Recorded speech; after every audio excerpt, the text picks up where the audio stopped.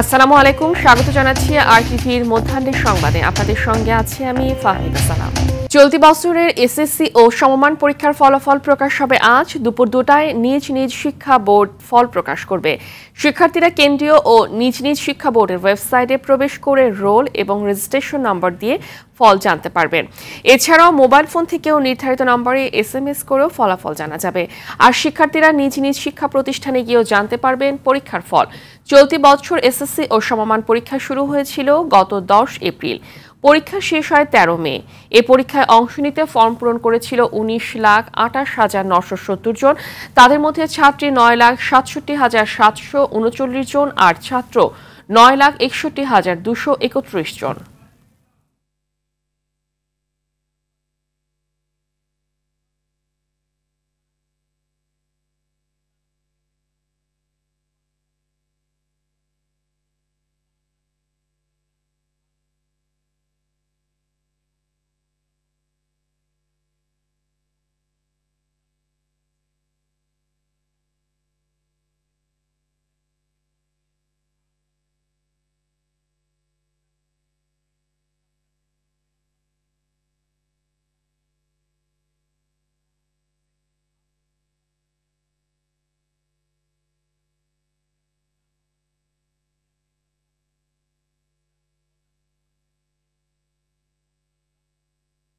দর্শক, ফলাফলের জন্য শিক্ষার্থীদের অপেক্ষার খবর জানাতে আমাদের সাথে ময়মনসিংহ থেকে যুক্ত হচ্ছেন মোজাম্মেল খোকন। খোকন, এসএসসি পরীক্ষার ফল ঘোষণাকে কেন্দ্র করে শিক্ষার্থীদের মাঝে উৎসাহ উদ্দীপনা কেমন দেখছেন?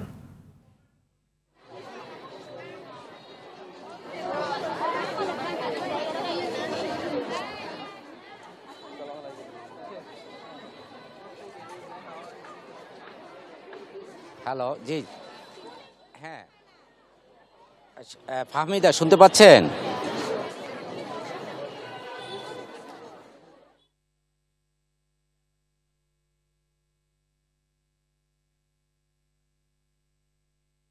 আপনি জানেন যে আজকে কিন্তু এই এসএসসি এবং সমমান পরীক্ষার ফলাফল ঘোষণা করা হবে। সে উপলক্ষে কিন্তু আমরা দেখেছি যে এই শিক্ষা প্রতিষ্ঠানের, বিশেষ করে আমি যে জায়গাটিতে দাঁড়িয়ে রয়েছি সেটি হচ্ছে ময়মনসিংহ বিদ্যাময় গার্লস স্কুল। সেই গার্লস স্কুলে কিন্তু শিক্ষার্থীরা কিন্তু এখানে উপস্থিত হয়েছেন, তাদের সঙ্গে তাদের অভিভাবকরাও এসেছেন।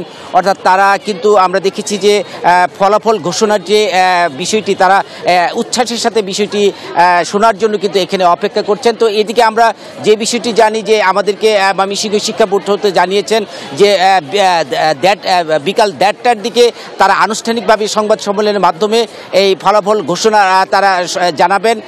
এবার কিন্তু ময়মনসিংহ এই শিক্ষা বোর্ডের অধীনে কিন্তু আমরা জেনেছি যে 1,07,000 শিক্ষার্থী কিন্তু অংশগ্রহণ করেছে। এছাড়া 13,000 শিক্ষা প্রতিষ্ঠানে কিন্তু এই শিক্ষার্থীরা কিন্তু এই এসএসসি এবং সমমান পরীক্ষায় অংশগ্রহণ করেছে আমরা যতটুকু জেনেছি। তো আমি কিন্তু যে জায়গাটিতে দাঁড়িয়ে রয়েছি এখানে কিন্তু দেখতে পাচ্ছেন যে শিক্ষার্থীদের কিন্তু প্রচণ্ড পরিমাণ এখানে উচ্ছ্বাসের সাথে তারা এখানে এসেছেন। অর্থাৎ তারা এখানে যেমনটি বলছেন যে তাদের রেজাল্ট ভালো হবে, অর্থাৎ তাদের ফলাফল ভালো হবে, এমনটাই আশা প্রকাশ করছেন তারা। তো আমরা তাদের সঙ্গে কথা বলার পর তারা যেমনটি বলছেন যে তাদের এই ভালো রেজাল্ট নিয়ে তারা ভালো কোনো বিশ্ববিদ্যালয়ে বা ভালো কোনো কলেজে পড়াশোনা করবেন, তারা এমনটি জানিয়েছেন। তো এই ছিল আমার কাছে ময়মনসিংহ বিদ্যানগরী বিদ্যাময় স্কুল থেকে এসএসসি এবং সমমান পরীক্ষার ফলাফল নিয়ে সর্বশেষ। ধন্যবাদ আপনাকে। দর্শক, আমরা শুনছিলাম ময়মনসিংহ থেকে। এবার আমরা চলে আসছি ঢাকাতে। আমরা একটু শুনবো ঢাকাতে ভিকারুননিসা নূন স্কুলে আছেন আমাদের সহকর্মী নাজমুল হুদা। আমরা একটু তার কাছ থেকে শুনবো। নাজমুল, ভিকারুননিসা স্কুলে শিক্ষার্থীদের উচ্ছ্বাস কেমন দেখছেন এসএসসি পরীক্ষার ফল ঘোষণাকে কেন্দ্র করে? ফাহমিদা, দীর্ঘ 10 বছরের সাধনার পর আজকে এসএসসি পরীক্ষার্থীরা অপেক্ষায় রয়েছেন। তাদের পরীক্ষার ফলাফল আজকে প্রকাশ হবে দুপুর 2টায়। যদিও এখনও প্রায় 2 ঘন্টা বাকি ফলাফল প্রকাশে, তারপরে এখনও সেইভাবে শিক্ষার্থীরা ভিকারুননিসা স্কুলে উপস্থিত হয়নি। তারা হয়তো আরও 1 থেকে 1.5 ঘন্টা পরে তারা বিকারুননিসা স্কুলে উপস্থিত হবে এবং তারপরে আমরা আসলে তাদের উচ্ছ্বাসের কথা জানতে পারবো। তারপরেও যেহেতু দীর্ঘ সময় লেখাপড়ার পর একটি সনদ পাওয়া হয়, তো সেক্ষেত্রে একটা উচ্ছ্বাস উদ্দীপনা তো শিক্ষার্থীদের রয়েছেই।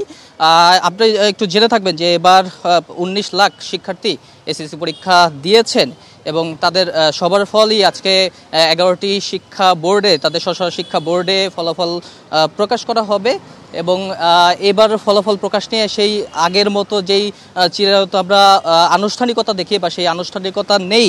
এবং শিক্ষা উপদেষ্টা ডক্টর সিআর আবরার তিনি জানিয়েছেন যে এবারের ফলাফলটি মেধার মূল্যায়নটা সবচেয়ে বেশি করা হচ্ছে, এ কারণে A+-এর দিকে না তাকিয়ে মানে সঠিক যেই মূল্যায়নটা সেটি করা হবে। তবে এখন এই মুহূর্তে বিকারুননিসা স্কুলের ভিতরে এইচএসসি পরীক্ষা চলমান রয়েছে এবং শিক্ষার্থীরাও এসএসসি পরীক্ষা যারা দিয়েছিলেন তারা এখনও এসে পৌঁছায়নি। 2টো বাজে রেজাল্ট দিবে এবং শিক্ষার্থীরা তাদের শিক্ষা প্রতিষ্ঠানে এসে তাদের ফলাফল নিতে পারবেন। এছাড়াও শিক্ষা বোর্ডের ওয়েবসাইটে শিক্ষার্থীরা তাদের ফলাফলগুলো নিতে পারবেন এবং আমরা 2টা বাজে জানতে পারবো আসলে এবারের ফলাফলে কি এসেছে এবং কত সংখ্যক শিক্ষার্থী তাদের ফলাফলটা কি। এই ছিল ফাহমিদা। ধন্যবাদ আপনাকে। আগামী নির্বাচন সুষ্ঠু করতে বিজিবির জন্য সব ধরনের প্রস্তুতি রয়েছে বলে জানিয়েছে এর মহাপরিচালক মেজর জেনারেল আশরাফুজ্জামান সিদ্দিকী। সকালে চট্টগ্রামের সাতকানিয়ায় বায়তুল ইজ্জতে বর্ডার বাংলাদেশ বিজিবির 133তম রিক্রুট ব্যাচের প্রশিক্ষণ সমাপনী কুচকাওয়াজে অংশ নিয়ে কথা বলেন তিনি। এ সময় মহাপরিচালক বলেন, সীমান্তের 8 কিলোমিটারের মধ্যে থাকা ভোট কেন্দ্রে বিজিবি দায়িত্ব পালন করবে। ভারত প্রতিনিয়ত পুশিং করছে, এটা থামানো যায়নি। এ ব্যাপারে ভারতীয় দূতাবাসের সঙ্গে নিয়মিত যোগাযোগ হচ্ছে বলেও জানান মেজর জেনারেল আশরাফুজ্জামান সিদ্দিকী।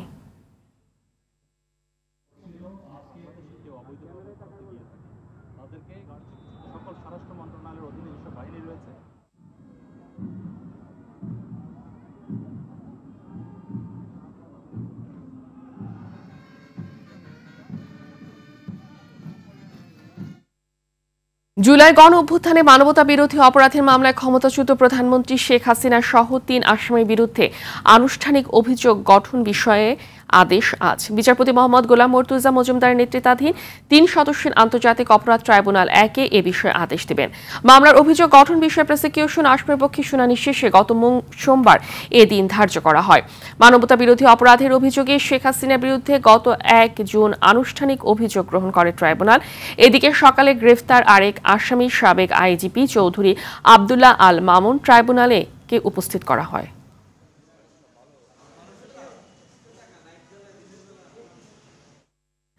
দর্শক, এই মুহূর্তে আন্তর্জাতিক অপরাধ ট্রাইব্যুনাল থেকে সরাসরি যুক্ত হচ্ছেন সহকর্মী সাদিয়া কানিস। সাদিয়া, শেখ হাসিনার বিচারের বিষয়ে আদেশ কখন দেওয়া হতে পারে, কি আশা করছে রাষ্ট্রপক্ষ?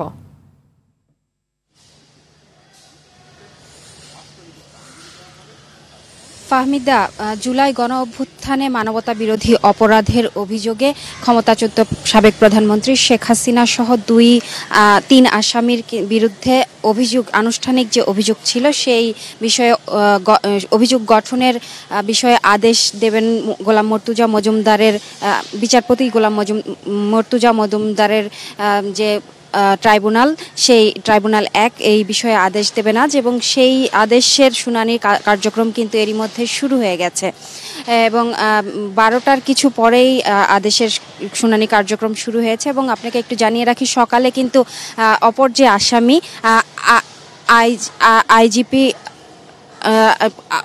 আসামি আইজিপি চৌধুরী আব্দুল্লাহ আল মামুন, তাকে কিন্তু হাজির করা হয়েছে এবং আদেশ যেহেতু এখন পড়া শুরু করেছেন এবং সেই জায়গা থেকে কিন্তু আমরা বলতেই পারি যে আদেশের পরে বিচার কার্যক্রম শুরুর বিষয়ে আমরা জানতে পারবো। আপনাকে একটু জানিয়ে রাখি যে জুলাই গণ অভ্যুত্থানের সময় কিন্তু আইনশৃঙ্খলা বাহিনী ছাত্রদের আন্দোলন দমন করতে বিভিন্ন ধরনের মারণাস্ত্র ব্যবহার করে এবং তাদেরকে দমন করার চেষ্টা করে, হত্যা গণহত্যার মতো ঘটনাও ঘটেছে, আমরা দেখেছি, পুরো দেশ দেখেছে। তো সেই জায়গা থেকে এইসব বিষয়ে কিন্তু ক্ষমতাচ্যুত প্রধানমন্ত্রী, সাবেক প্রধানমন্ত্রী শেখ হাসিনা কিন্তু এগুলোর নির্দেশদাতা হিসেবে তার নাম উঠে এসেছে তদন্ত প্রতিবেদনে, এবং অপর 2 আসামির বিরুদ্ধেও কিন্তু 5টি অভিযোগ গঠন করা হয়েছে। আপনাকে একটু জানিয়ে রাখি, 1 জুন এ বিষয়ে আনুষ্ঠানিক যে অভিযোগ সেটি আমলে নেয় ট্রাইব্যুনাল, এবং এরপরে 7 জুলাই এ বিষয়ে শুনানি হয়। আসামি পক্ষের আইনজীবী এবং প্রসিকিউশনের 2 পক্ষের শুনানি শেষে আজকের এই দিন ধার্য করা হয়েছিল। সেদিন কিন্তু আসামি পক্ষের যে আইনজীবী তিনি কিন্তু বলেছিলেন যে জুলাই গণঅভ্যুত্থানের যে বিষয়টি সেটি কিন্তু আসলে কোনো যুদ্ধ ছিল না, রাজনৈতিক একটি বিরোধ ছিল, এবং সেই বিষয়ে কিন্তু আসামিদের অব্যাহতি চেয়েছিলেন তিনি। এবং এরপরে কিন্তু 16 জুন, এর আগে 16 জুন কিন্তু যে অপর 2 আসামি শেখ হাসিনা এবং সাবেক স্বরাষ্ট্রমন্ত্রী আসাদুজ্জামান খান কামাল, তাকে কিন্তু যেহেতু ধরা সম্ভব হয়নি, তারা পলাতক রয়েছেন, তাদেরকে ধরতে কিন্তু পত্রিকায় সংবাদ বিজ্ঞপ্তি দেওয়া হয়েছিল। তো আদেশের পরেই আমরা আসলে জানতে পারবো যে কি বিষয় দাঁড়ালো। ফাহমিদা। সাদিয়া, ধন্যবাদ আপনাকে। টানা প্রবল বর্ষণে দেশের বিভিন্ন জেলায় পানিবন্দী হয়ে পড়েছেন লাখ লাখ মানুষ, বাড়ছে নদ নদীর পানি। ফেনীতে বন্যা পরিস্থিতির আরও অবনতি হয়েছে। ভারী বৃষ্টিপাত ও ভারতের ত্রিপুরা রাজ্যের উজান থেকে নেমে আসা পাহাড়ি ঢলে মুহুরী, কহুয়া ও সিলোনিয়া নদীর পানি বিপদসীমার উপর দিয়ে প্রবাহিত হচ্ছে। এদিকে নোয়াখালীতে ভারী বৃষ্টিপাতে বন্যার আশঙ্কা তৈরি হয়েছে। জেলার বিভিন্ন এলাকায় তৈরি হয়েছে তীব্র জলাবদ্ধতা। জেলার বেশিরভাগ সড়ক ও অলিগলির রাস্তাঘাট ডুবে গেছে।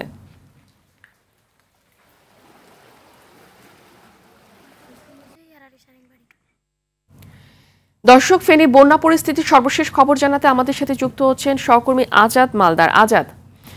আজাদ, ফেনীর বর্তমান অবস্থা কি? কোন কোন জায়গায় বেশি পানিতে প্লাবিত হয়েছে আর জনজীবন যোগাযোগ ব্যবস্থায় এর কি ধরনের প্রভাব পড়েছে জানাবেন।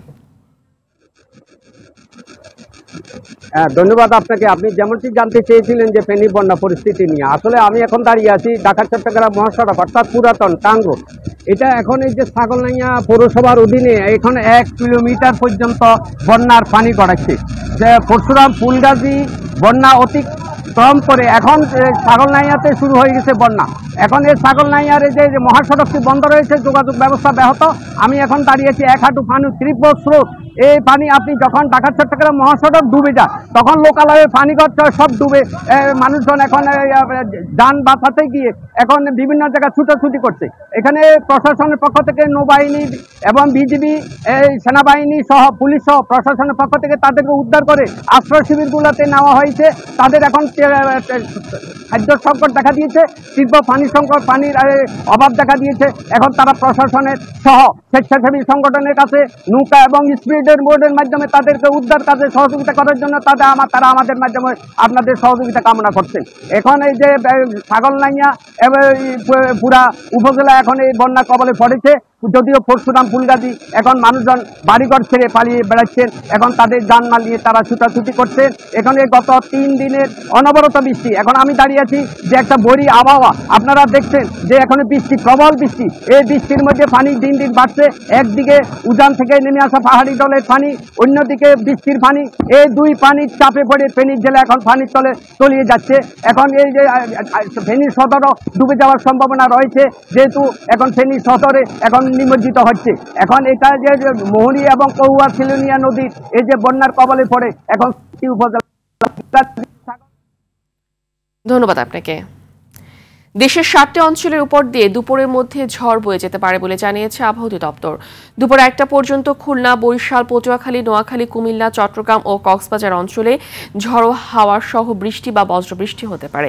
এসব নদীবন্দরকে 1 নম্বর সতর্ক সংকেত দেখাতে বলা হয়েছে। এছাড়া রাজশাহী, ঢাকা, ময়মনসিংহ, খুলনা, বরিশাল, চট্টগ্রাম ও সিলেট বিভাগে দমকা হাওয়া সহ হালকা থেকে মাঝারি বৃষ্টি হতে পারে। কোথাও কোথাও মাঝারি থেকে অতি ভারী বর্ষণের সম্ভাবনা রয়েছে। গেল 2 দিন ধরে টানা বৃষ্টিতে ভোগান্তিতে পড়েছেন অফিসগামীরা, আর সবথেকে বেশি সমস্যা পোহাচ্ছেন দিনমজুর শ্রমিকরা।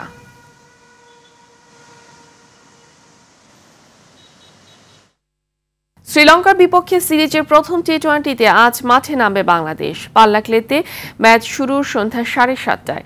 বাংলাদেশ শক্তিশালী দল হলেও ঘরের মাঠে লঙ্কানরা এই ফরম্যাটে বেশ ভালো দল বলে জানান লিটন দাস। তবে নিজ দলের শক্তিমত্তা নিয়ে বেশ আশাবাদী অধিনায়ক। ঘরের মাঠে লঙ্কানরা বেশ শক্তিশালী, তাদের বিপক্ষে আগের 17 দেখায় মাত্র 6 জয়ের রেকর্ড আছে টাইগারদের। তাই তো অ্যাওয়ে ম্যাচে প্রতিকূল কন্ডিশনে লঙ্কানদের বিপক্ষে কঠিন পরীক্ষা দিতে হবে টাইগারদের। এদিকে ওয়ানডে ও টেস্টের হতাশা পেছনে ফেলে টি-20 ঘুরে দাঁড়াতে পুরো দল আত্মবিশ্বাসী বলে জানান অধিনায়ক লিটন দাস।